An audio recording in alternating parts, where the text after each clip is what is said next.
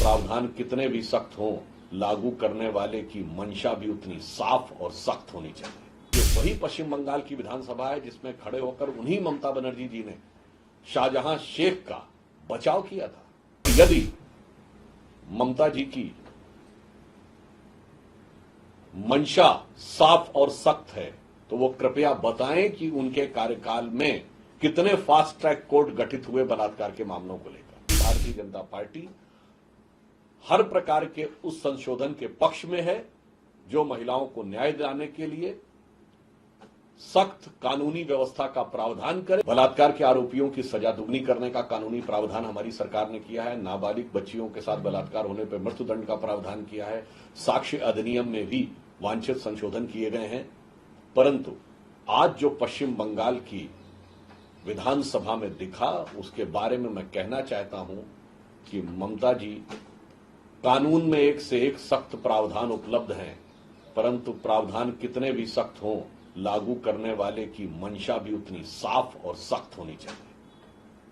परंतु आज जो दृश्य देखने को मिला वो मन में बहुत विचित्र अनुभव उत्पन्न करता है। ये वही पश्चिम बंगाल की विधानसभा है जिसमें खड़े होकर उन्हीं ममता बनर्जी जी ने शाहजहां शेख का बचाव किया था। और इतना ही नहीं, उन्होंने पीड़ित महिलाओं प्रोपेगेंडा का आधार बताया था।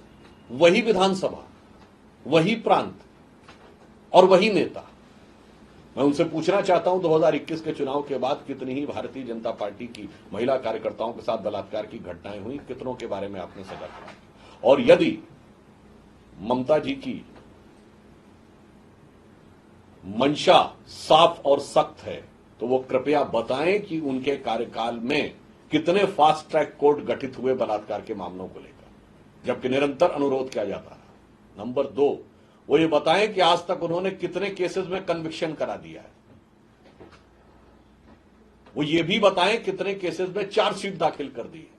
और वो ये भी बताएं कि इस आरजीकर मेडिकल कॉलेज के इस प्रकरण के संदर्भ में जिन लोगों ने कहा था कि उंगली तोड़ दी जाएगी, उन लोगों के बारे में क्या कार्रवाई की है। जिन लोगों ने यह कहा था कि ये सारे जो डॉक्टर हैं वो अन्यान्य कारणों से बैठे हुए हैं, जिन्होंने जाकर साक्ष्य नष्ट करने का प्रयास किया, उसके लिए आपने क्या कार्रवाई की थी। इससे यह लगता है कि उनकी मंशा सख्ती से महिलाओं के विरुद्ध किसी भी कानून को लागू करने की नहीं, अपितु इस घटना पे अपनी हो रही किरकिरी को बचाने की और ध्यान को भटकाने की अधिक प्रतीत होती है।